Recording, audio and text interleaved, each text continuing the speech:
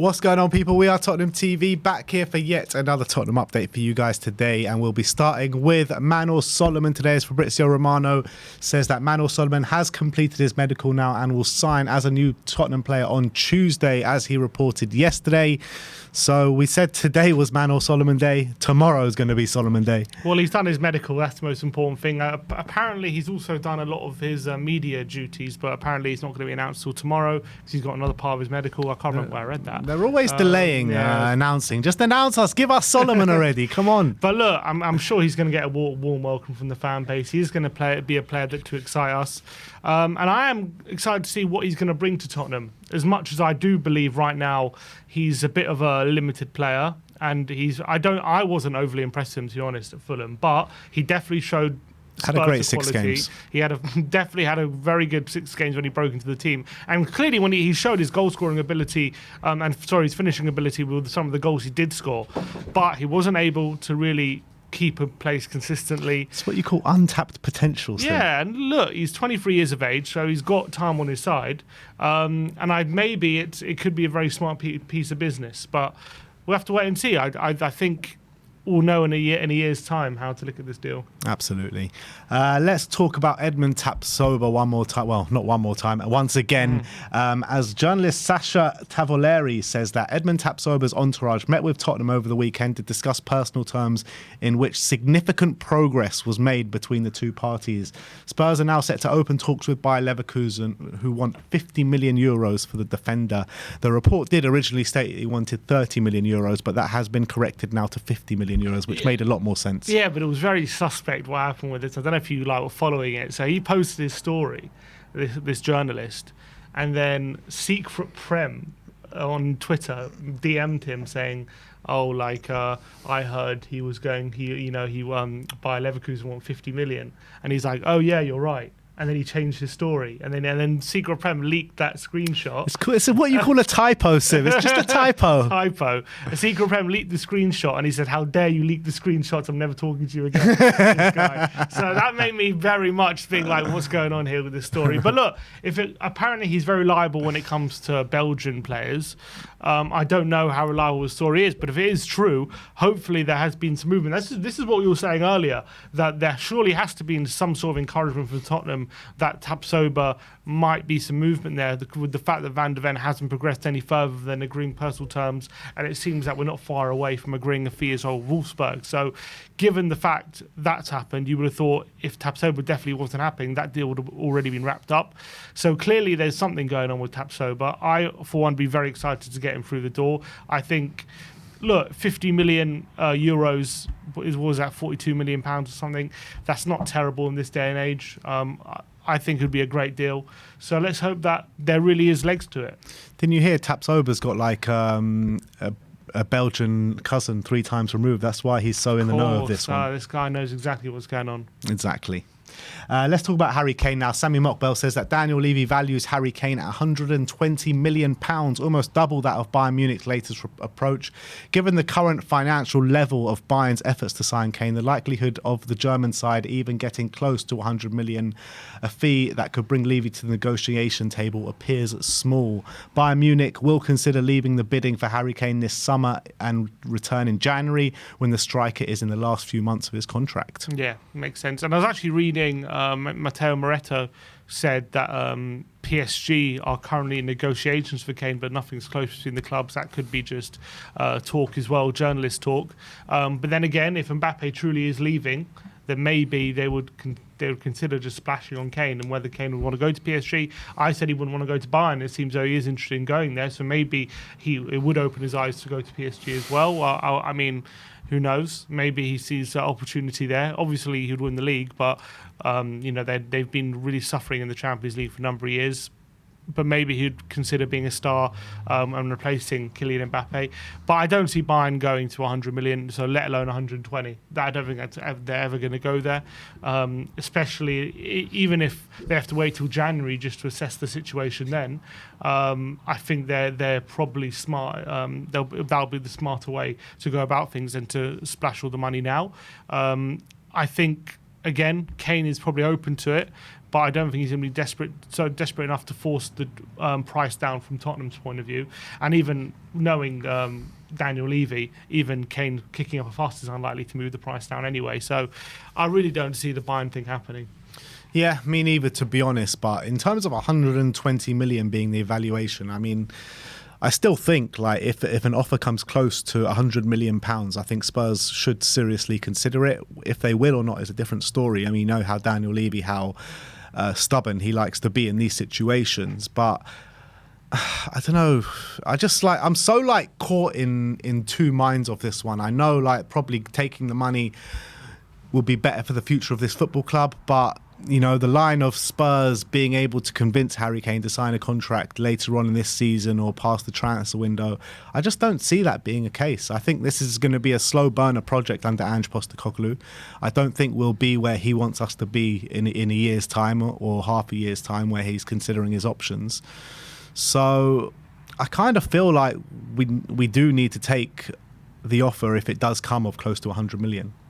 Yeah, and I've said that if it's 100 million or yeah, I think if they get to the 100 million pound mark and Kane wants the move, then I think that makes sense to everyone. I think we get a lot of money, probably a good value for a player in his last year, 30 years old, last year of his contract, and we can finally move on, and we can move on from it. But if they're not going to get there, if they're not going to hit that mark, in my opinion, we're better off just spending a year trying to convince him and seeing and risking it. Essentially, it is a risk, but I would risk it. And having another year of Harry Kane, I'm not going to complain about it, even if it is just 1 year. But I agree. If it was a different player, maybe I would say take the money, but Kane is just a special case, and I'm never going to want anything. I think Spurs are right to demand top dollar for our best ever player, essentially. Yeah, it's true. It's true, but I kind of feel like the more the derisory bids come in from the likes of Bayern Munich, probably the price, Daniel Levy probably just keeps pushing up the price and pushing up the price. So I think that's the situation we're in at the moment. But let's move on and talk about Pierre-Emile Hojbjerg. Tom Allnut says that Atletico Madrid are planning to increase their efforts to sign Pierre-Emile Hojbjerg from Tottenham. The Danish midfielder, 27 years of age, is understood to be ready to leave the North London club and wants to join a team that has qualified for the Champions League for the upcoming season, with Diego Simeone very keen on signing the player. Postecoglou is prepared to let Hojbjerg leave as he's aiming to regenerate the midfield and foster a more creative style. And Matti Moretto says that we'll see if an offer from Atleti come for Pierre in the coming hours. Yeah, and I think that makes sense. And I think he's one player who we can get a good fee for. I don't think he's perfect for how we want to move forward with how we want to start playing football. And I think his contract, his age, I think it all makes sense. And as much as I think he's a good player, and maybe in a different window or under a different manager, I don't think we would even consider selling him.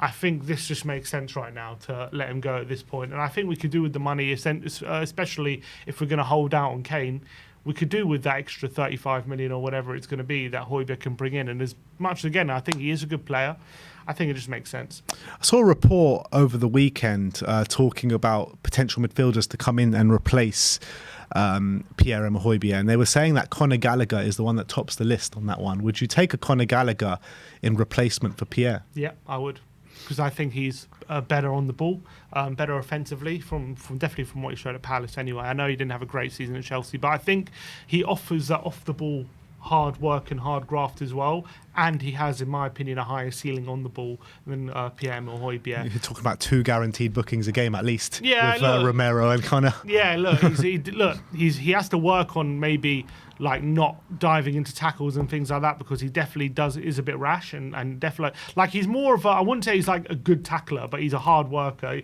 a bit like Paul Scholes, how like he put the hard work in, but he was never a good tackler, so he'd always get booked and stuff. But I do think Conor Gallagher is a good player on the ball as well. I think he showed that in spurts in the Premier League, and I think Ange would love to work with him. Whether Chelsea want to deal with us is another question. Yeah, I do think things have changed, because that whole thing of Chelsea not wanting to deal with us, that was all Roman and Daniel Levy and the relationship that they had. But I believe, I have heard reports, I don't know how true it is, that Todd Boehly and Daniel Levy are on pretty good terms. Maybe that's true. And Poch as well. Maybe he'd be willing to do us a favour. Who knows? Yeah, well, I don't know. Poch seems a bit bitter, to be honest, about us not calling him. So I'm not sure how that will pan out. But look, we'll see how this one kind of rambles on. I'm sure we'll hear more news as this progresses during the week. But Ange Postecoglou took part of his first ever Tottenham press conference today. Some really good quotes. So we'll go through a couple that we've picked out. First one was on Tottenham's trophy doubt. And he says, to be fair, that's why I'm here. That's what I love about it. That's all that is not here, and that's what I want to bring. I want to bring success to this football club, and I want to bring European football to this football club. I want it to be where it deserves to be. I want to bring success to this football club. This is a part of another quote, but I'll just bring it on with it. And it says, I want to bring success to this football club and put it where it deserves to be. There's an enormous challenge here, and I love that. That's what attracted me most about this role. What a great challenge. What a great story if we get it right. Yeah, and I think that's what I like to hear. I like to hear someone who embraces the challenge rather than... Look, I loved at the time hearing Jose when he said to his players, "Didn't he, follow me and I'll make you win?" And people like Conte saying he's a winner and that's what all he chases and stuff like that. But I love to hear Ange embracing the challenge and feeling like, yes, it might not be a club that's winning a lot of trophies or used to winning, but imagine if I took a club like that and got them to win something, how amazing that would be. And that is the challenge here at Tottenham. And look, I've been watching Ange's quotes and I've been loving every second of what he's had to say. He comes across as such a likeable, charismatic character. And look, I'm appreciating the fact that he's hopefully a bit like Pochettino, hopefully he starts to understand the club very quickly and what it's like and why things are where they are. Yeah, and I think that's actually one of his strong points. Ange, when he comes to a club, he straight away learns the culture, learns the history, learns the values of the football club, and he talks about them and he tries to engage with the fans first and foremost. And I think he's doing that already, to be honest. And what you're saying about Jose Mourinho, about follow me and we'll win and all that, what he said when he first came in, I mean, I still think that rings true, to be honest, because if the club would have followed him, I think we would have won, to be honest. But the club didn't want to follow him in the ways that he wanted to do things. But I think what's different between Ange and the way Jose Mourinho, I think the way Ange wants to do things might align with the club's vision and the way Daniel Levy wants to do things a bit more than maybe the way Conte and Jose wanted to do things. I agree. His next quote was on the changes to the squad, and he says, I think in terms of the squad, I think it's fair to say that the reason I'm here is because the club are seeking a change. That usually means a lot of change in personnel. I have to work with certainties. I have to tick off the uncertainties one by one. It means take a little while. It might take a little while to see a full squad, but I'm excited about when I can start working with them. And yeah, that's obviously when you come into a new job, it's going to take time to assess all the players that he's got at his disposal, who's going to be fit for his, who wants to be here, and then of the players who do want to be here, who's going to fit his system, who's going to be perfect for how he wants to play. And he's got to make all those judgments. And look, to be fair, he's only been here, a week in terms of being with the players in training, so it's not a lot of time. Even the players, that's even not even considering that none of the players from international duty are back, and that's a lot of the squad as well. So he's got a lot of work to do in terms of really assessing the squad and moulding it in his own image. And it's going to take a lot of incomings, a lot of outgoings to really get to where he wants to be. But I'm glad that look, he clearly understands the job. What the challenge is, and of moulding that squad together, and it's needed. He's kind of acknowledged, look, this has needed a rebuild for some time, and we've kind of not really done things the right way in terms of rebuilding the squad. But hopefully, he's the guy to really get it together. Yeah, and he was also, on a side note, he was speaking about the job that he was doing in Celtic. That was a bit similar. It was a massive rebuild job. He brought in a number of players, sold a number of players, and it's kind of like every job he's been in. It's been a similar remit, hasn't it? Just massive rebuild, a club that haven't been doing what they should have been doing in the previous years before him coming, and him getting them back on the map and getting them back on track. And hopefully he can do that with Spurs now. Yeah, and it was. I don't know if you have it in future quotes, but he's also talking about how his project, like sometimes what holds him back is like a bit of resistance early on, and that can hold back with some of the players that he's trying to introduce new methods to, and that very is reminiscent of the early days of Pochettino and how he got so much resistance from the old guard like Lennon and Adebayor and Kabul, and that was really holding back the project. And as soon as he got them all out, like that really started to fly. And maybe he's alluding to, look, it might rub some of the players the wrong way here, how I want to play things and how I want to do things, but at the end of the day, the players who will buy into it, they're going to really benefit from it. Yeah, absolutely.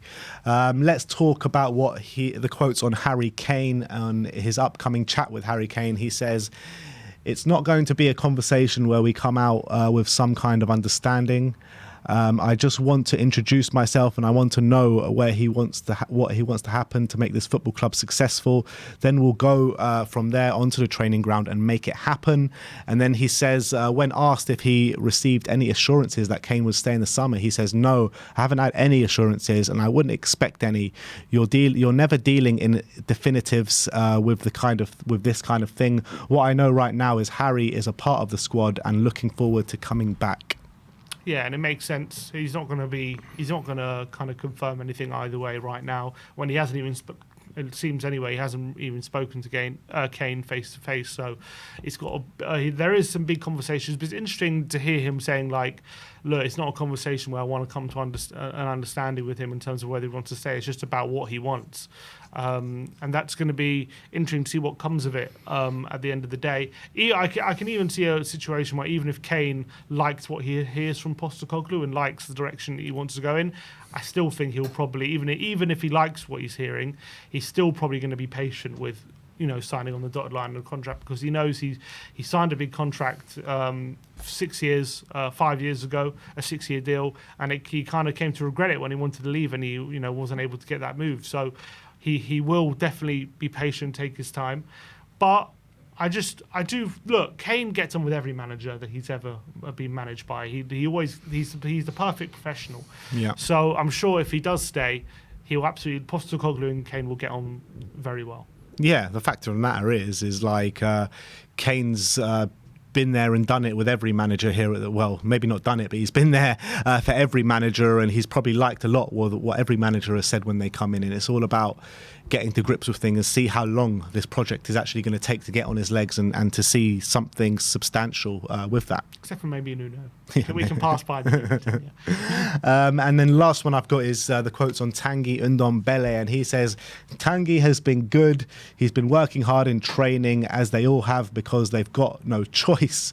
I take things as I see them. He was part of a Serie A winning side last season, and he's been working well. With that context, I'm pleased to have him here as part of the group. What that means for the long term, we'll see. Maybe he won't want to be part of this thing." Yeah, I thought that was interesting to say that at the end. I don't like. I thought it was a bit peculiar when he's like, talking him up a bit, saying how well he's done, and then he's saying maybe he won't want to be part of it. It's like, okay, so is that kind of hinting that maybe like as much as he's doing well, that it's not for him? I don't know. Maybe it's hinting at that. We'll have to wait and see. He does go on to say, look, he's clearly a very talented player and I'm glad to have him. Yeah. But look, we'll have to wait and see. I kind of feel like what happens with him. I kind of feel like when you were reading or listening to those quotes, you were like smiling, and then that part comes, you're just like, oh. Yeah, that pretty much was my reaction. Look, to be fair, I've been watching the training and he's looked really good. He really has, and he hasn't like in terms of like. He hasn't looked like he's just lazing around. He looks like he's running, putting in the hard yards. He also, what is interesting to me is like he seems to be getting on with a lot of his teammates. Like he like in the banter and stuff. He seems to be very obviously he's known a few of them for a long time, but there doesn't seem to be like any fractures between him and some of the other players. Albeit a lot of the players haven't returned from international training yet, duty. So I think we'll get a better picture. I think we'll get a really good picture at the end of the week if he's on that plane. If he's not on the plane, then I think his time at Tottenham is done. But I think if he is, then I think there's every chance that his Tottenham career could get revived. In terms of players on that plane, who do you think is going to miss out? I think Hugo Lloris might be one. Well, we know Bentancur and Fraser Forster because of injury. But in terms of selection, because of players potentially going out the door, do you reckon Pierre's one of them? I mean, if any deal was really in the works, I don't think he goes on Friday. I don't think it makes sense for him. If it really is getting close, what's the point of him flying halfway around the world when he's going to have to, potentially fly out again? So I think Pierre could very well be, albeit I think if he does go, it's a sign that there's no deal close. Doesn't mean he's not leaving, just means there's no deal anywhere close. I don't think someone like Lo Celso probably travels. I think he probably stays. I think Sancho, someone like him, he probably stays as well. But everyone else, I think Ange probably will probably get a chance to look at them. People like Rodon, I reckon he probably still goes. I can't think of anyone else who's probably like Tanganga. I think he goes. So I think he'll probably want to look at most of the other players. What about someone like Jed Spence? Because we've heard he's going to go out on loan. You think he still goes? Yeah, I think he goes. Because a loan, if he does go out on loan, it'll probably happen well later in the window, right? I think he goes. I think Ange will want a look at him before he makes a decision whether to load him out or whether he can really be someone who could be a value. And it'll be interesting to see what happens with Reguilon. That's also going to be one. If he stays behind, then he really has no future here. But if he goes as well, then maybe Ange thinks there's a chance of him staying. Yeah, it's going to be interesting to see. I mean, I guess we'll find out on Friday when they do fly out to Australia. But let me know in the comment section below, who do you think will miss out on the trip to Australia and Singapore and Thailand for the pre-season tour? Let me know in the comment section below, as well as your thoughts on any of the news stories we brought to you today. Thank you for joining. Like, subscribe and comment. And as always, come on you Spurs.